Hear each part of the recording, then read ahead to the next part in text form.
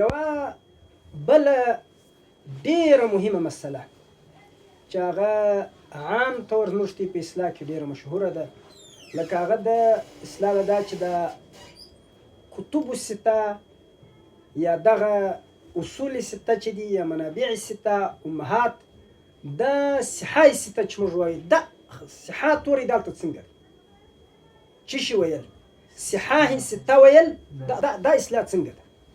پر دې باندې دا خپل امام عبدالحی لکنوي رحمه الله په اجوبه کې یو بحث باندې کړی دی، بحث باندې کړی دی، زه به هغه بیا درته وایم.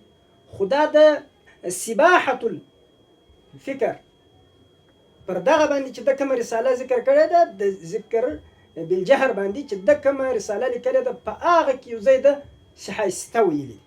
عبدالفتاح ابو غده رحمه الله دغه په حاشیه کې لاندې ورته لیکلي دي چې دا صحه سته نه بلکې کتب سته ویل کېږي، چې دا صحه سته نه دا اطلاقات باندې عبدالفتاح ابو غده رحمه الله ډېر دقیق کړی، هغه پر دې مسایل باندې بحث کوي.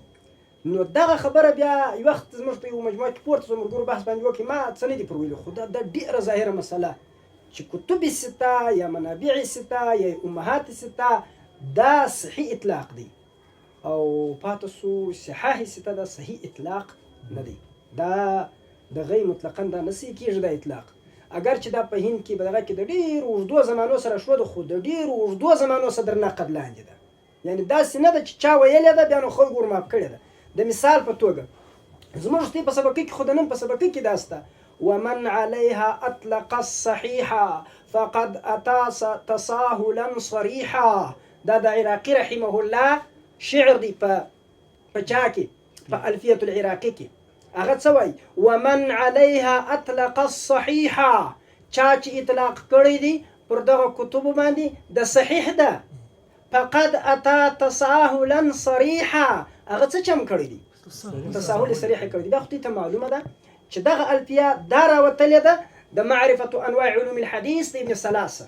ابن صلاح رحمه الله په دې مسله کې څه وایي، زه لږ په دې مسله بحث درته کوم ځکه چې کوم شی په موږ کې زموږ په دغه کې راسي بیا چې کله سړی بحث پر کوي او دا بحث په فني طرز په داسې طرز نه چې خلکو ته اطمینان ورکړي بیا د ډیرو اعتراضاتو مورد ګرځي. نو زه اوس فلحال دا وایم یو ور دا درته کوم چې صحاح سته ویل په دغه معنا باندې او بیا دام را ډول چې په کتب ستو کې چې ټول روایت دا صحیح دي، دا اطلاق صحیح نه دی او په کوم رقم باندې صحیح دی هغه بیا درته چې په دا رقم کې بیا صحیح دی.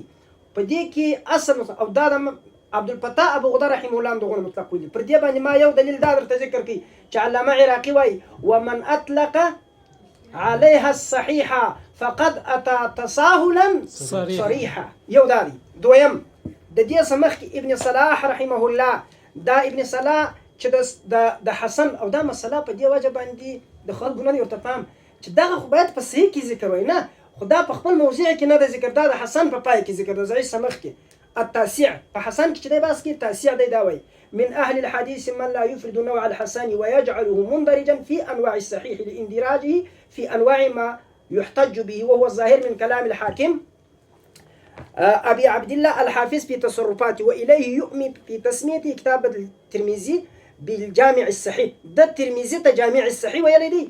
وأطلق الخطيب أبو بكر أيضا عليه اسم الصحيح، أو إمام أبو بكر خطيب بغدادي رحمه الله أغم برديا باندي پر ترمذي ته صحيح ويلي، وعلى كتاب النسائي أو كتاب النسائي تيمشي ويلي صحيح ويلي. وذكر الحافظ أبو طاهر السلفي الكتب الخمسة وقال اتفق على صحتها علماء الشرق والغرب.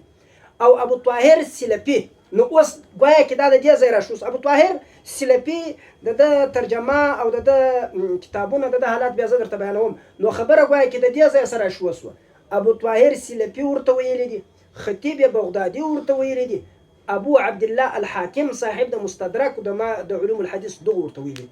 ډیر وختنی خلک خو پر هغه باندې هم د جرح کوي وای چشتي دی بار په اخر کې وهذا تساهل، دا چشتي تساهل دی. ولي لان فيها ما صرحوا بكونه ضعيفا او منكرا او نحو ذلك من اوصاف الضعيف. بیا د ابو داود تفسیر راخسته ده چې منکر روایت کې ذکر کوي، بیا په خپل بیا د ترمذی ته راخسته ده، بیا د نسائی راخسته ده چې هغه استا په کتاب ټول صحیح دي. دا نو صحاح السته ویل دا تساهل دی، یا پر دې یو کتاب ته صحیح ویل یا د مجموعې ته صحیح ویل دا تساهل دی. څوک وایي؟ ابن صلاح رحمه الله وایي. او د هغه وروسته چا وویل؟ عراقي. بل سړی درښیم حافظ ابن حجر عسقلاني رحمه الله په نکت کې، حافظ ابن حجر عسقلاني رحمه الله په نکت کې پر دې باندې ډېر ښایسته بحث کړی دی. بیا وایي چې سلفي چې کوم حکم کړی دی چې دا دلته دی ذکر کړی دی د سلفي حکم، د ابو طاهر سلفي دی، د کتابونه ډېر ستا موږ ته په دراسو کې ډېر په مخ راغلي دي. دی مسندن خپل روایات ذکر کوي ابو طاهر سلفي. هغه وایي اصل یې صحیح دی، دغو کې چې کوم روایات دي د دې اصول صحیح دي، نه دی چې دا عین د هغه روایت صحیح دي چې دا دی بیانوي. د دې وایي چې صحیح دي اصل. ګوره یو دی چې د یو شي اصل یې صحیح، یو دا دی چې عین د هغه لپس اصل یې دې ته وایي. ته فرض کړه مثلا جهر امین بالجهر دی، امین بالجهر دی، په دې کې یو خاص روایت راسي، یا جهر دی په تسمیه کې په دې کې یو خاص روایت راسي، ته پر هغه روایت باندې نقد وکړې چې دا روایت نه دی صحیح، ضعیف دی. اوس یو عین دا روایت دی چې دا مسله ثابته، یو اصل د دې دی چې یعنی اصل چې دا امین بالجهر ګرځي په روایت کې ستا نشته، نو دا امین بالجهر اصل په روایت کې موجود دی، دل یا د دې مسله دا اصل دی. یو دا غیر روایت دی چې دا متن او دا سند په دې باندې ثابت دی، یو دا خو دا غیر خاص شی دی، اصل یې د دې مسلې ثبوت دی. نو اصول یې وایي ابو طاهر سلفي دی، نه وایي چې هر فرد د دې روایت صحیح دی، بلکې وایي چې صحیح. وإنما قال السلفي والحكم بصحة أصولها لا يلزم من كون الشيء له أصل صحيح أن يكون هو صحيحا. ويا أبو طاهر حكم أو عين دار خبره برونج مر أبو داود مقام بياناوي، دا أبو داود في مقام كده خبره خطابي رحمه الله مكلو چې د دې اصول چې دی هغه صحیح دي، چې صحیح دي یعنی هر روایت نه دي صحیح، اصول یې صحیح دي. نو بیا پر دا خبره باندې امام ابن حجر عسقلاني رحمه الله بحث کړی دی چې دغه اصطلاح کارول دا دقیقه اصطلاح نه ده، دا په نکت کې ده. او دغه خبره علامه سخاوي رحمه الله ففتح المغيث کې هم کړی ده. ومن عليها أي السنن كلها أو بعضها أطلق الصحيحة كالحاكم والخطيب، حيث أطلقا الصحة على الترمذي وابن منده وابن السكن على كتاب أبي داود والنسائي، والحاكم على أبي داود وجماعة منهم علينا فقد أتى تساهلا صريحا بأدواي لأن فيها ما صرحوا بكونه ضعيفا أو منكرا ونحو ذلك من أوصاف الضعيف.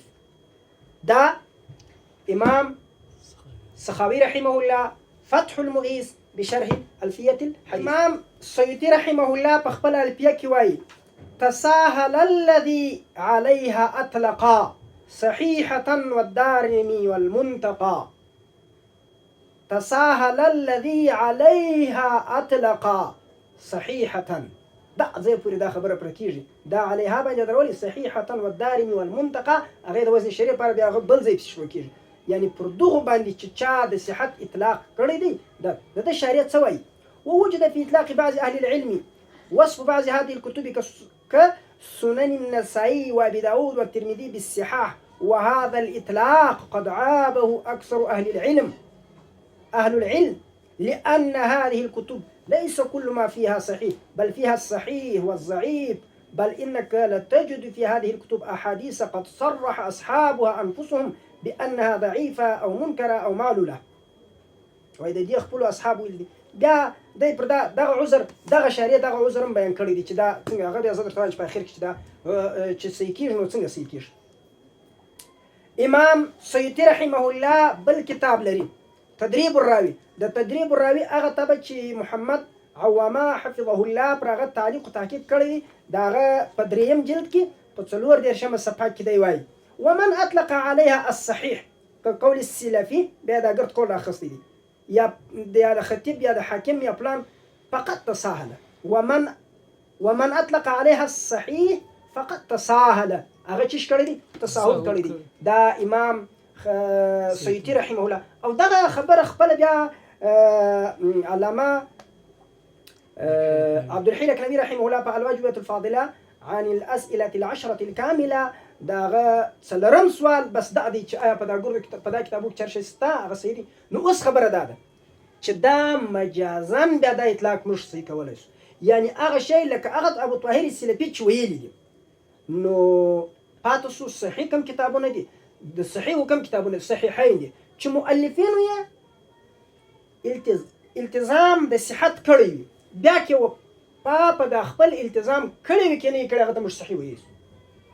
د مثال په توګه لکه صحیحین دي او د حاکم مستدرک باید خو بېخي ډېر هغه دی وایي ما التزام وایي کړی اگر چې وځای نه دی پر کړی، دا رقم منتقا ده یا دا دغه دی صحیح د ابو عوانه ده. نو هغه کتب ته صحیح ویل کېږي چې مؤلفینو یې التزام د دې کړی چې موږ صحیح روایت راوړو. پاتې سو ابو داود، نسائی، ترمذي، ابن ماجه د دې مؤلفینو دغه تصریح نه ده کړی چې موږ صحیح راوړو، بلکې دا ویلي دي چې په دې کې موږ هر رقم روایت راوړو او علل یې بیانوو. نو هغه ته بیا صحیح هغه ته بیا صحیح یعنی نه ویل کېږي په دغه مصطلح معنا باندې. او پاتې سو کل ته صحه استویل دا تعبیر غیر دقیق غیر علمي دی، بلکې د دې صحیح تلفظ او علمي تلفظ هغه دا دی چې دغه وایي کتب السته، امهات السته، منابع السته، اصول السته او کوثري او داسې عبدالفتاح ابو غدر رحمه الله دغه فني خلک هغه دغه شی دغه محمد عوامه صاحب دا خلک ګره دغه شی استعمالي. سبحان ربک رب العزة عما یصفون.